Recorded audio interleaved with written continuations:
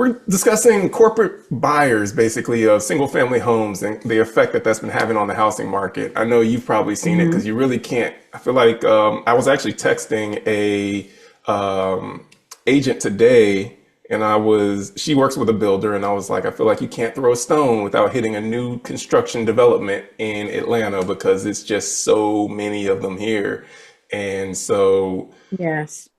with that, a lot of new developments that you are seeing are being built to rent, which is going to be the topic that we're discussing here is a lot of these built to rent communities that are being built by corporations and companies, but they're building them, like I said, for the purpose of renting them out. They're not really looking to sell these homes. And so we're in a housing shortage right now. We also have home Yeah. prices that are a lot higher. So a lot of people get out, priced out of the market. Essentially, they can't find anything that they can afford.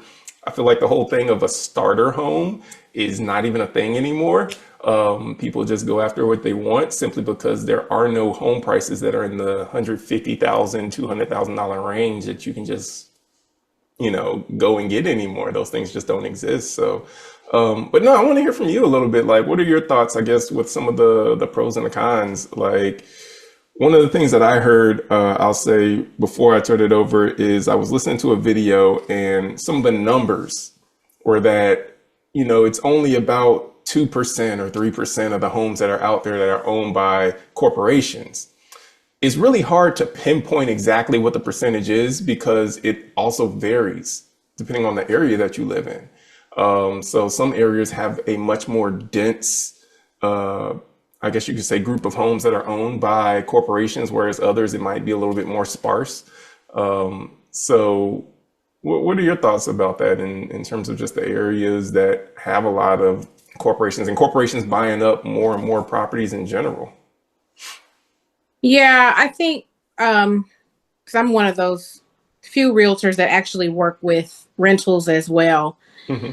And the areas that I see the most corporate landlords is in the, you know, for lack of a better word, we say lower income areas, but we could also say, areas where the school districts on a scale of 1 to 10 are in the 1 to 4 range. Hmm. Um, and that actually the school districts and how good they are and the test scores and all of that really do have a lot to they affect the home prices as well. And so that's where you'll see a lot more of the corporate landlords, because they're always thinking about their bottom line. So they want the real estate to be as affordable as possible to maximize on their investment, and it's just more affordable where the school scores, the school ratings are a 4 out of 10 or a 2 out of 10.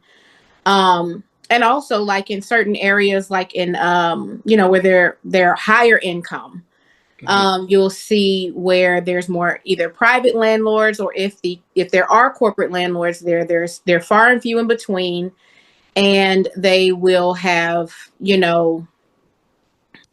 restrictions as to like how many people can live in the home. And I know there's a big corporate landlord here, and their operations in Cobb County versus Clayton County. So Cobb County is further north. Home values and things are higher, as opposed to Clayton County, which is further south, and the home values are lower. But they even had restrictions as to how many people could live in the home, based on the number of bedrooms in Cobb County. Um, than they did in Clayton County. And I was like, well, why do you? They were like, well, we're just going by the county. But when you talk to a private landlord in the same county, they never heard of anything like that. So I think it does have a lot to do with demographics, even where they're building these built to rent communities. I So just let's haven't seen a lot of them, you know, in the 7, 8, and 9 out of 10 school districts where, compared to the more affordable Yeah. home.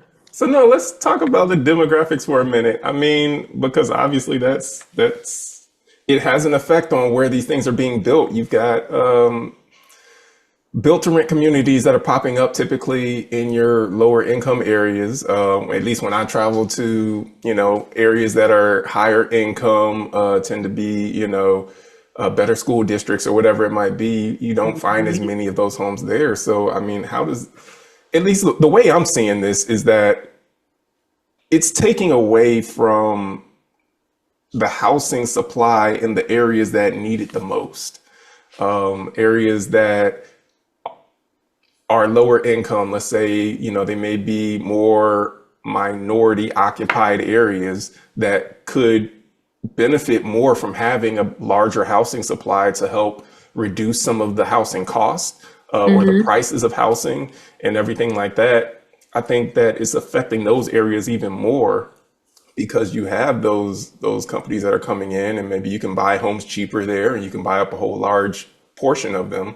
So that's something that's, always having that negative effect. But in addition to that, getting back to the percentages, that's where I also think that the percentages even have an exponential effect in terms of the percentage of homes that these corporations or hedge funds or whoever own, is because let's say that the numbers are only 2% or 5%. Well, if that's 2% or 5% nationwide, that's one thing. But if it's 5% of a city, you can essentially control an entire, area, a Mm-hmm. whole neighborhood essentially. And in Atlanta, it is almost 11% of the single family homes available to rent that are owned by three companies. And so that puts them in a powerful position to where it's like you can really control rents in an area. You can control the housing market just in a city alone when you garner enough rental homes or enough single family homes and you're just renting them out. Now, what choices do people have other than pay what you're asking or move to a whole nother, area or a whole nother part of town, just because it's not that much available in their price range for where they would like to live or where they currently stay. Mm-hmm. Yeah, it's funny because I went to an open house at a new build community, and they had this really nice incentive to try to, get agents out there. And you do have, builders that build single family homes. They build neighborhoods and developments. And then what I've seen popping up lately are builders specifically for the build to rent market. Hmm. And the majority of the time, they don't build anything to sell. They don't build anything, it's just strictly the only thing that they build is build to rent. But this particular builder that built this particular community, it was way, further up north. Hmm. Um, Income per square mile, was quite a bit higher than, anywhere near metro, especially South Metro Atlanta. Hmm. And they've built several communities in South Metro Atlanta, all of them built to rent. But this particular one, they said they built it to sell, but, noting the location.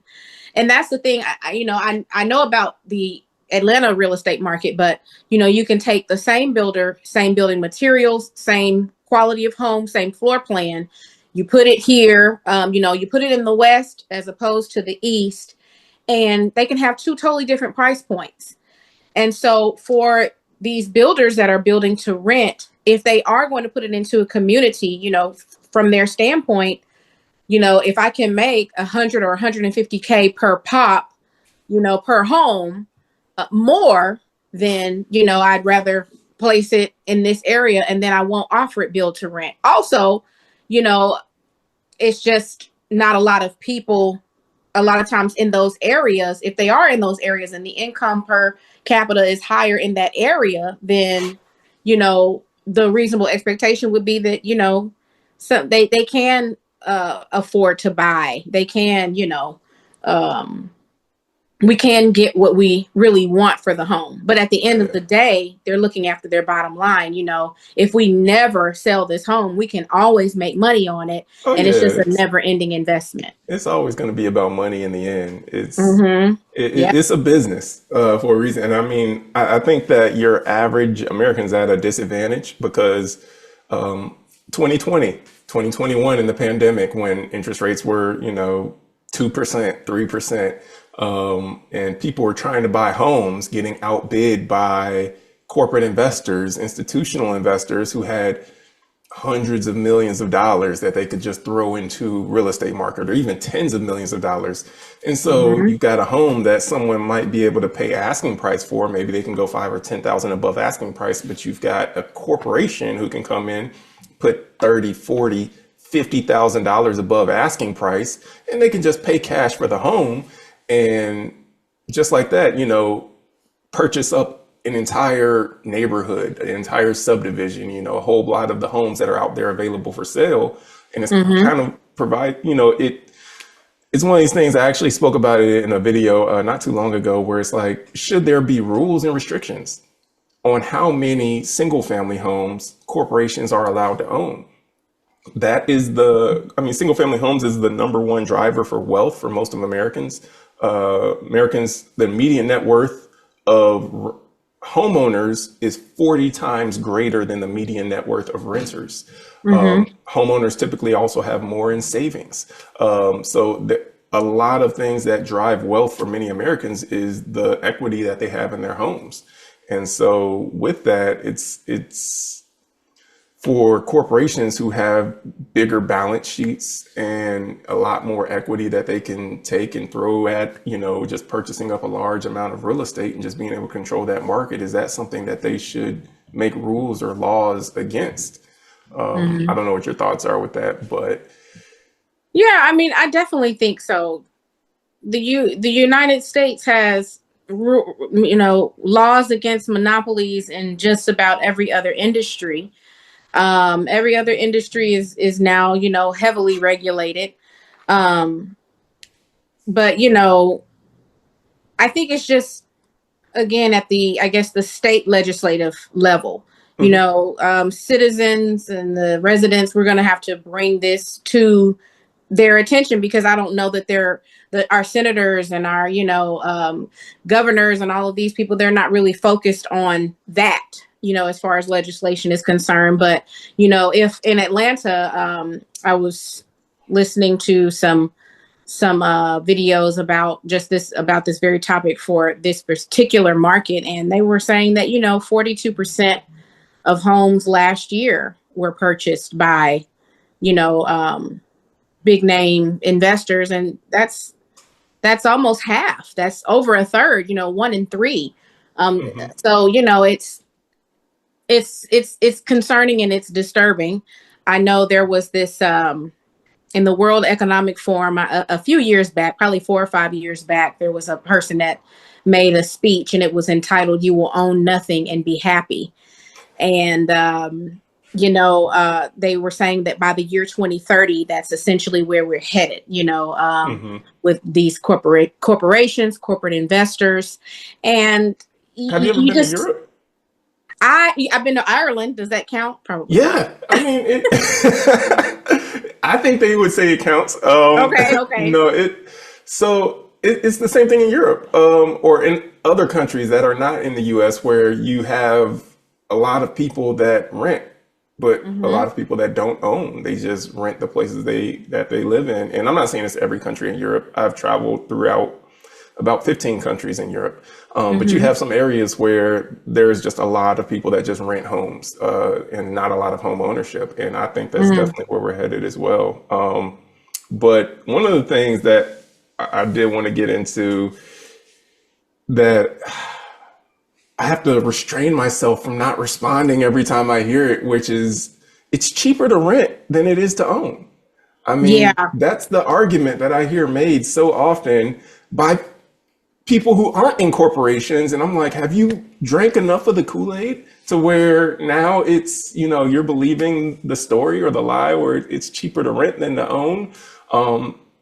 And I guess they're looking at the month to month where, if you're purchasing a home at a particular price point today, then to rent that same home today, yeah, sure, it might be cheaper than what it would be to purchase it, depending on the home. But for a lot of homes, especially with the increase in home prices that took off after the pandemic and everything, sure, it might be cheaper to rent than it is to actually own. In the like right now. But then if you own that home for 5 years, 6 years, 8 years, that flips, right? Because on average, your rent goes up 2 to 5% year over year, and that's your Mhm. entire rent. Whereas your mortgage is not increasing 2 to 5% year over year. And then I have this whole other argument where people are like, oh, well, your taxes and your insurance can go up. Your taxes and your insurance are a smaller part of your mortgage. Most of what you're paying is principal and interest.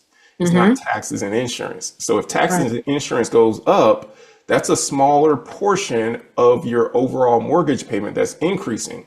Whereas when your rent goes up 2 to 5%, that's 2 to 5% of everything that you make that's increasing, or everything that you pay that's increasing. But Mhm. it's one of those arguments that I hear often. I hear it made by corporations and some of the hedge funds and owners of these built to rent communities that they're like, Yeah. oh well, it's cheaper to rent, and we provide everything that people want in a home. We take care of the Mhm. maintenance, we take care of the upkeep. You don't have to worry about any of that. We own the home. You just pay us forever. Right.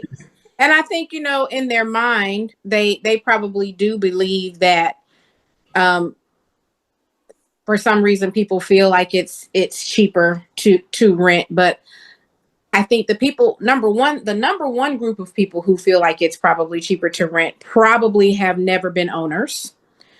Um Yeah. and another portion of those people, for some people it is cheaper to rent because depending on where your credit score is, when you go to get pre-approved for a mortgage, if your credit score is lower and your income is lower, it's going to affect how much home you can afford. And Mhm. so, for some people, maybe they get approved for 200,000. Well, that's not going to get you hardly anything. And at 200,000, if your credit score is in the high fives or the low sixes, you might still end up paying somewhere around $2,000 a month. Mhm. Whereas, if you have that kind of money to spend on rent, you could get a four-bedroom home. Yeah. So in that regard, it's not necessarily cheaper, but you're getting more for your money, which adds up, savings. So it really depends on it's a case by case individual basis. But for me, I don't think that it's necessarily cheaper to rent because you're not you're not gaining any equity. You're not because the joy of home ownership is really realized when you sell and you get the money. You pay the loan off and whatever's left over. You don't have a whole bunch of liens and you did what you're supposed to do. Hmm. That's the blessing. That's the bonus in home ownership is just having that, the fact that you were not throwing your money away and it was actually going towards something. So Yeah. yeah, the money that you're saving on not having to do your own maintenance, it's still just essentially giving money away or washing it down the drain. And see, I'm I feel like I kind of am on both sides of the fence here because I'm of the camp like, oh, the joy of home ownership is when I can get a home, keep it, and rent it out to somebody, That and too. have them paying the mortgage Pay and the mortgage, everything, honey. Yes, which yes. is essentially what these corporations are doing. But Hmm. I've got like one home, two homes, whatever. It's like I don't have thousands of homes that I'm pulling off the market. It's just one here, two here, whatever. And so I'm like, it's not as big of an impact or dent, at least how I see it. But see, Um, that's why we need to get together as a people. We need to get together and we bring our money together. We pool our money. But I mean, because that's essentially what these corporations do. It's yeah, just a whole pool of investors that are interested in the American dream. I feel like they are interested in, yeah, snatching that dream Taking over the from American dream. Yep. from a lot of people who are still dreaming. Hmm. It's time to wake up and live in our nightmare. I'm telling you. I'm telling Yeah, I you. think that, and I mean, I tell people all the time that I think it's always a good time to buy real estate. And I mean, when the market seemed like it was the worst time to buy real estate. You could go to 2008 and say, oh, that was a really bad time for someone to want to go buy real estate. And yet, if you bought in '06 and '07, which I actually have a friend who did buy their house in, I think it was like 2006, 2007. It was just before the drop in Mhm. '08, which seemingly was the worst time you could have bought. They bought their home. '08 happens. Their home value gets sliced in half. So what they paid Mhm. for it, it was now worth like half of that. They kept Mhm. making their mortgage payments, kept paying the bills, kept the home. Now the home has more than tripled in value from what they paid for it. So even Yeah. at what seemed like the worst time to actually buy a home, they actually it turned out to still be a good time to buy. Now, if they had waited a year, could they have bought the home for half the price that they paid? Possibly, because it was also really hard to get a mortgage or a loan in 2008. No banks wanted to lend to you because the mortgage industry was in shambles. So it Mhm. was, it was one of those things where it's like, I feel like it's always a great time to buy real estate. And I tell that to people all the time because there are a lot of people who are on the fence. They're like, oh, I'm looking at interest rates, or they're looking at home prices, or they're looking at the economy, and there's a lot of uncertainty out there because you don't know what's going to happen, um, Yeah. just with anything right now. But yeah, I feel like if you look at where the money's moving, the people who have the money see the value in real estate. Yeah. They're also the same people that are telling you it's better for you to rent than to own, while at the same time they're buying up as much as they can. Mhm. I would pay more attention to Don't what listen they're to it. actually doing. Than what they're saying. Exactly. Exactly.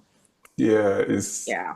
because that's just, yeah, I don't see it being like for me, I definitely I'm a proponent of ownership. I want to own rental properties, but I also encourage other people to do the same.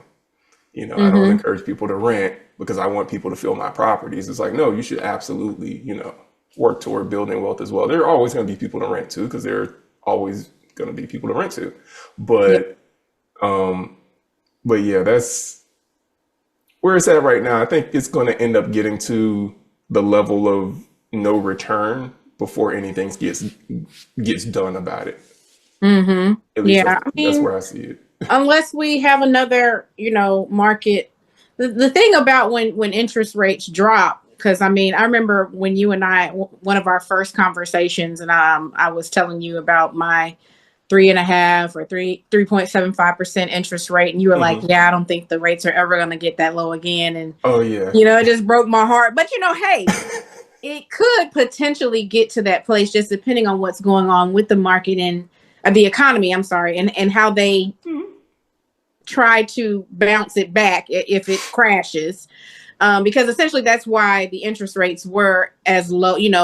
In the 2020 2021 they dropped again, and so people who previously couldn't, they had their credit was just on the cusp of being able to be approved, and so their interest rate might have been, whereas it may have been 10% before, now it's 5%, whereas someone with perfect credit could have gotten approved for like a 4% rate, and now they get approved for 2.5 or 3%. Hmm. So those people who got priced out because their credit score was lower, now they can purchase and they can afford more. So if we do get back to that point, it's, yeah, now we have more people who can purchase, but then can the supply keep up? And moreover, can the people who barely, getting their foot in the door, do they have any extra to compete in the bidding war? So there's just always, it seems like there's always different barriers or obstacles to overcome when it comes to home ownership. But I mean, I'm in total agreement with you that, like you said, you know, I believe that home ownership is the number one vehicle, to build and create wealth, and it's the most stable. It's more stable than the economic markets, because home will always, most always, land as well, appreciate in value. Hmm. No matter what's going on in the economy, the tax bill is going to be due, and it's just, God's not making any more land. He's not creating any more land. And so because of that, home ownership is always definitely the way to go. However you Yeah. can do it, you know. Yeah, no, we're definitely not making any more land. Even though China might be making more land out in the How they South doing China that over Sea. there? Oh my goodness. They doing it. So, random off the wall fact, but if you Google it, the Spratly Islands, they are Okay. actually islands that China has been building up in the South China Sea. It A caused some man-made controversy. Back when I island? was in the military, I actually learned about it. But what they're doing, I think they were taking like sediment, or what, I have to go back and research it, but basically they were taking like sediment from, I guess, the sea floor and filtering it up and just piling it on top of land and building up like these whole islands, that now they have runways built on these islands on the land that they've made. Yeah, it's an No, actual sir. You thing. ever seen the Little Mermaid? Under the sea. That's where they're gonna be in a couple of years. They've been building up these whole islands and like militarizing them. You've got like you got runways on them and everything. Like, so No, yeah, I thought about that with it because I hear people like, oh, they're not making any more land. I was like, well, China figured out a way. China was like, you know China, what? they done found a way, huh? Challenge accepted. Well, We will. We gonna make some more land. well, good luck, China. I won't be visiting y'all no time soon, but I mean, hey, that's Meanwhile, interesting. Where there's a will, there's a way. there That's is. crazy. And people need to get the will to do what they need to do to get a house, definitely, because Yeah, that way is going to become harder and harder to find if you don't start getting that will sooner. Because believe it or not, it's not going to get easier as time goes on, yeah, for sure. yeah. But I think, would you say that one of the only ways that these corporate investors with these build to rent communities, one of the only ways that might make them consider selling would be if the economy got bad enough? Corporate lending, corporate rates went too high. I mean, do you see any sort of end in sight for them to finally relinquish some of these? Because they said what 600 more communities are slated to be built over the next couple of years. yeah, yeah, I would say that if things got bad enough, I think that would be the point to where it would be too late for them to get rid of it. Because if they were that bad for them, I'm imagining your average like who's going to buy the homes from them at that point. That's the only thing about having so much money just poured into a illiquid asset like real estate. You can't easily get it out. That's right. Um, and so, yeah, I would think that if they wanted to, I feel like the only thing that's going to cause them to sell is that they first see something before we first see it coming, because they have all that insider information. They're in the pockets of the politicians essentially. They see stuff coming and they get the warning before we hear anything on the news or anything. And so I think that when you start seeing a huge sell off, that's when it's like, okay, trouble's coming if there is a huge sell off. But I think mostly what they'll end up doing is, I honestly think they're not only going to hold on to it, I think they're going to try to acquire as much as they can, because people are going to need a place to live. And it's like, if I could own 1% of Atlanta, I mean, there's like what, 6 million people in the city, 7 Mm-hmm. million people in the city, something like that. So it's like, if I own 1% of Atlanta, that's what, 600,000 people, or what, 60,000 people, whatever that math comes out to. Mm-hmm. 60,000 people Yeah. that need a place to live. And I Mm-hmm. own the land that's going to house 60,000, families, or 60,000 individual units or whatever. That's, whether we're in a good market or a bad market, I've got money coming in, Mm-hmm. because people who are making a lot of money can afford to pay me more rent. People who aren't making a lot of money, I can go down on my rent, and but they're still going to be paying me. Paying And you, right? so I think they're going to just try to acquire as much as they can, because at the end of the day, there's going to be value in owning stuff that people are always going to need. You need the land, whether it's to live on, to agriculture, storage, housing, or business. Mm-hmm. I think Yeah. they're just going to try to acquire as much as they can, because it's a necessity. Ain't gonna be nothing left. No grass, no trees left after a while. Just straight No, buildings no, everywhere. we're just gonna chop it all down, and another side note, coyotes, before I was so rudely interrupted by Zoom, who doesn't want me to be great. Don't want us to be great, I'm Got telling this you. free account with these 40 minutes, and Zoom was like, nah, your time is up. You can't have any more time.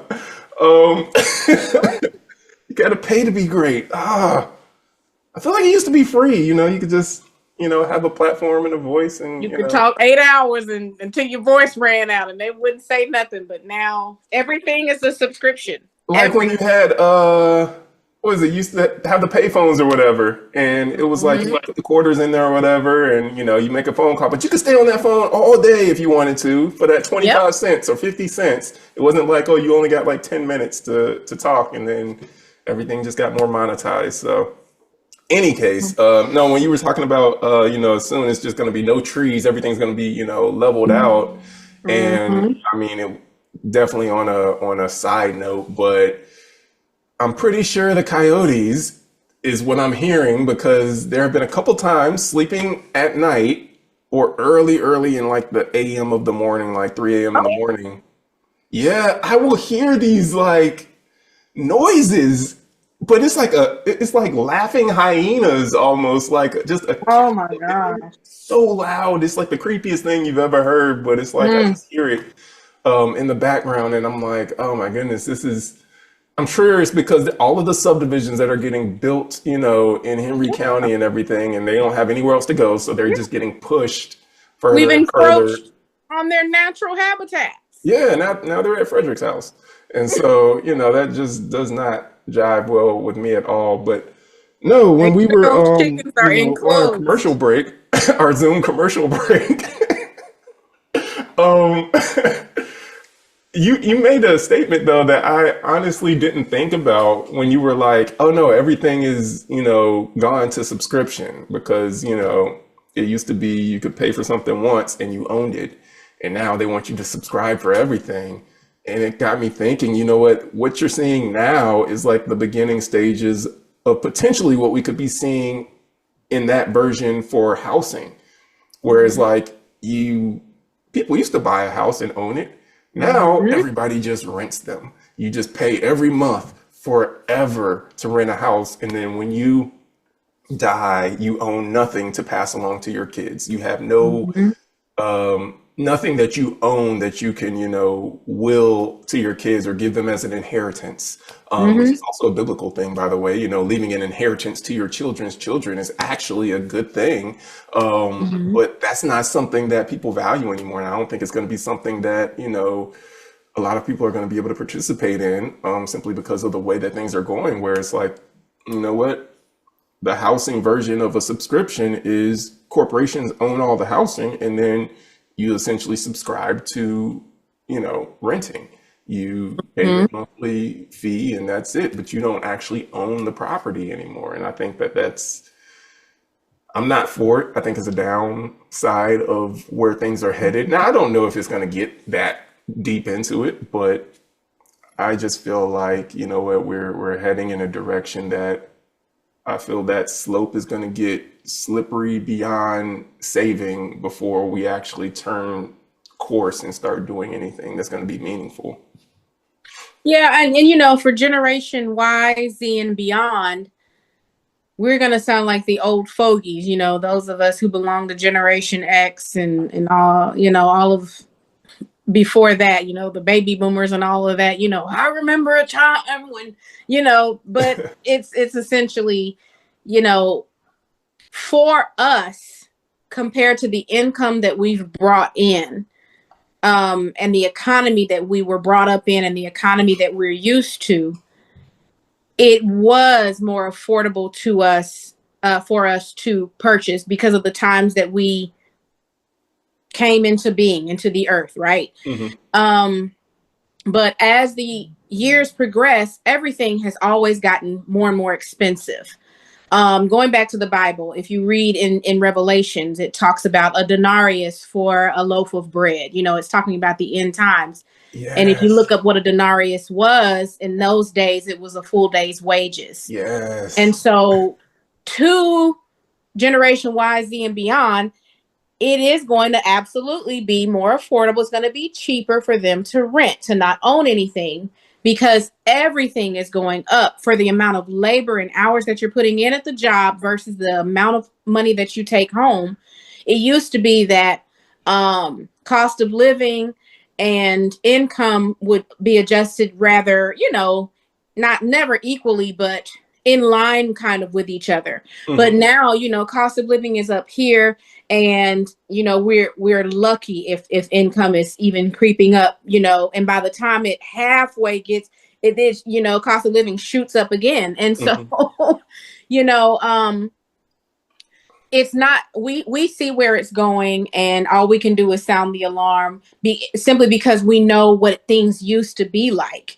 And Hmm. even though it wasn't perfect, and we had our complaints about how things used to be, it's nothing like what's coming. And Oh yeah. so, whew, It's funny you brought up that literally about maybe a month ago, month and a half ago, my pastor was actually speaking to that very same thing mm, about how it said, a denarii or whatever it was, basically an entire day's wage to pay for the food that you could eat for that day, essentially. Like people are going to be working all day just to be able to eat. And it's just in the book of Revelation in terms of where things are headed and and then you see how things are just shaping around the world now. mm-hmm, And it's like, wow, you know what? I feel like it's absolutely believable. I mean, regardless of whether you think that the end times are near or way far off in the future, it's undeniable that we are closer now than what we've ever been before. absolutely. And so that's definitely, and whether I heard one pastor say that when it does happen, the end times, Jesus comes back and everything. I believe that there will be one theology, because whether you believed or not, everybody will be in agreement on the truth.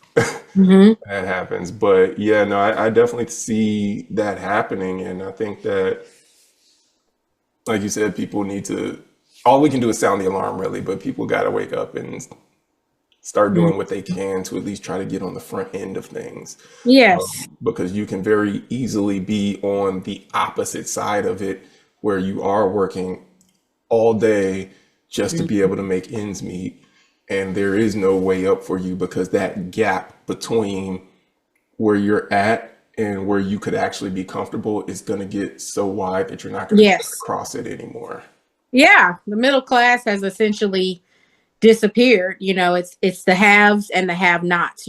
I considered my family coming up, we were definitely, middle class. You got lower middle class, upper middle class. We were literally just like middle class. We Mhm. weren't living hand to mouth. My parents weren't living paycheck to paycheck, robbing from Peter to pay Paul, borrowing from their parents all the time.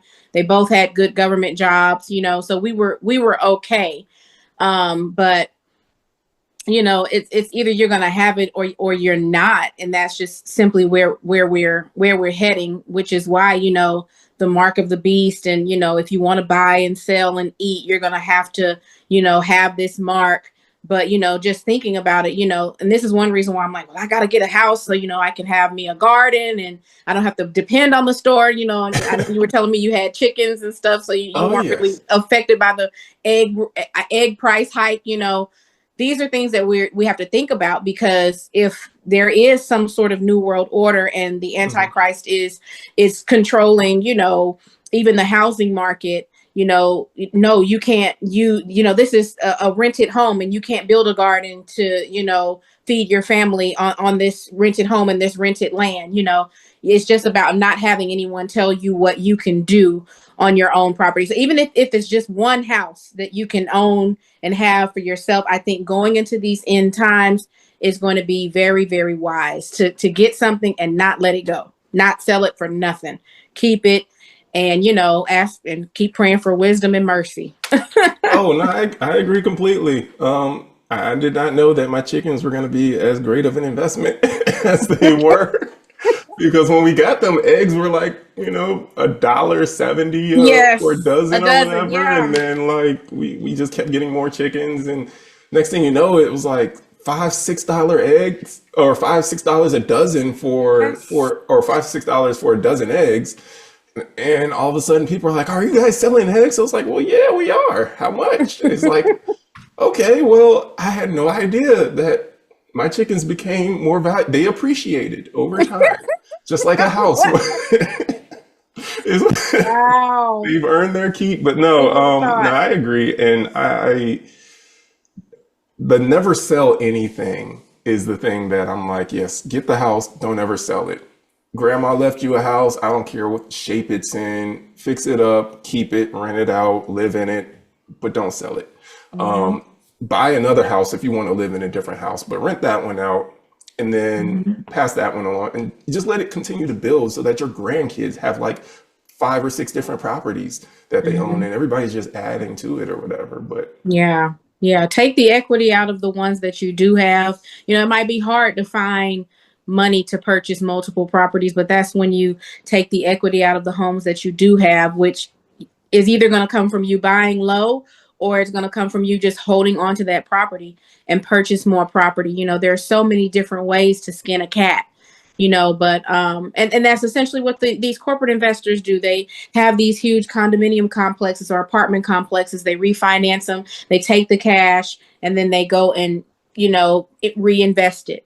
And mhm, even though we'd be doing that on a smaller scale, this is it works. It's not gonna that particular method is not gonna disappear anytime soon. So we need to educate ourselves as regular consumers on these different ways that we can also create wealth and continue to keep it going.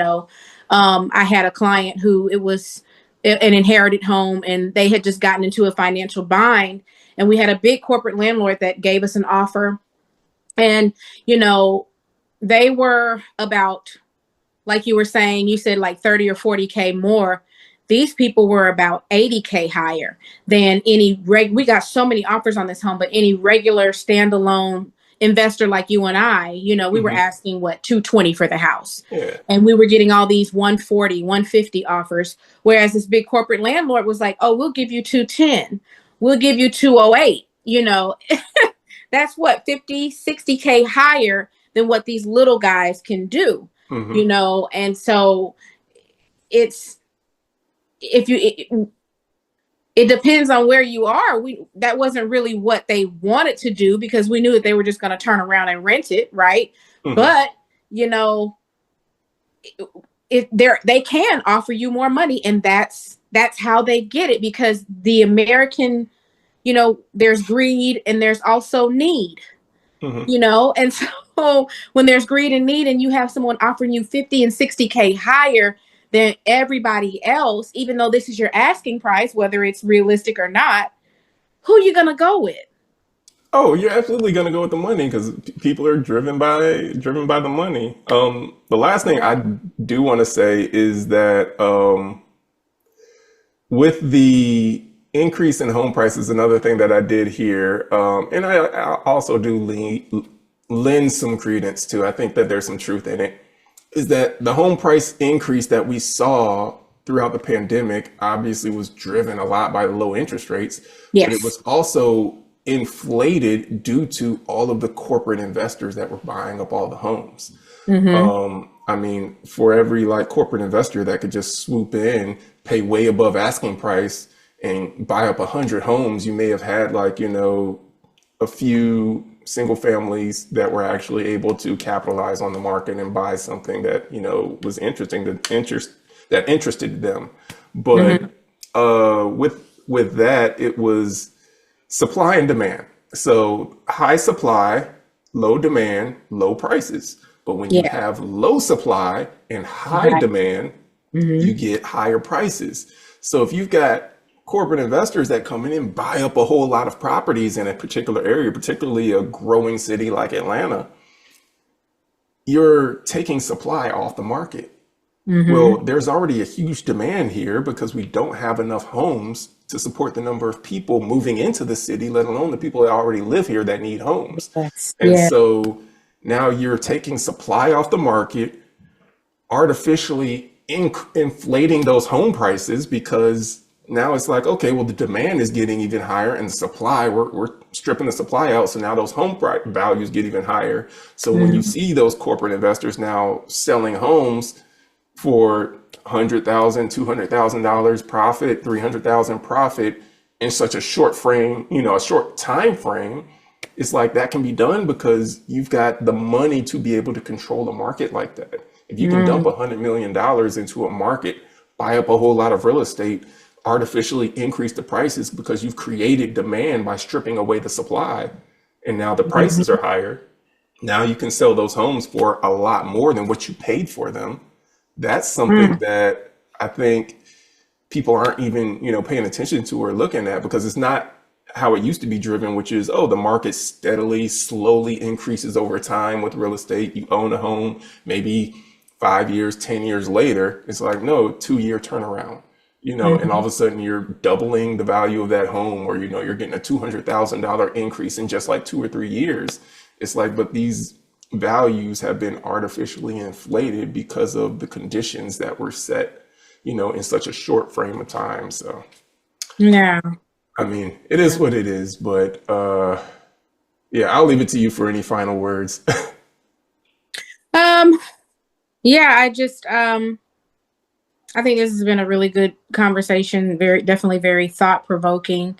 But mostly I hope that it encourages people to get to where they need to be with their credit. I always tell my clients, if you don't know what you need to do to become a homeowner, go ahead and speak with a mortgage lender and go through the pre-approval process, and then if you don't quite meet the criteria, work really hard over that next year to do what you need to do. But no matter what, don't give up on your dream of home ownership. Don't give up on that desire for home ownership, because it has so many more benefits for you than what you'll really realize. And so, I sold my house, and I, had held on to it for 6 years and made over $100,000 in profit. I got everything that I had spent in, mortgage. I got all of that back, plus probably two or three times that. So it's a good thing to do. I sold because I had to sell, but um, I'm definitely wanting to get back to that place, and so for good reasons, But I know people who have they've owned houses before and they don't ever want to own again. So it really depends on the mindset of that person. But I think where we're going, I would want a fixed rate of housing expense, and you just don't get that with rent. But with the way that the economy is going, the more stable that you can be, the better. Yeah.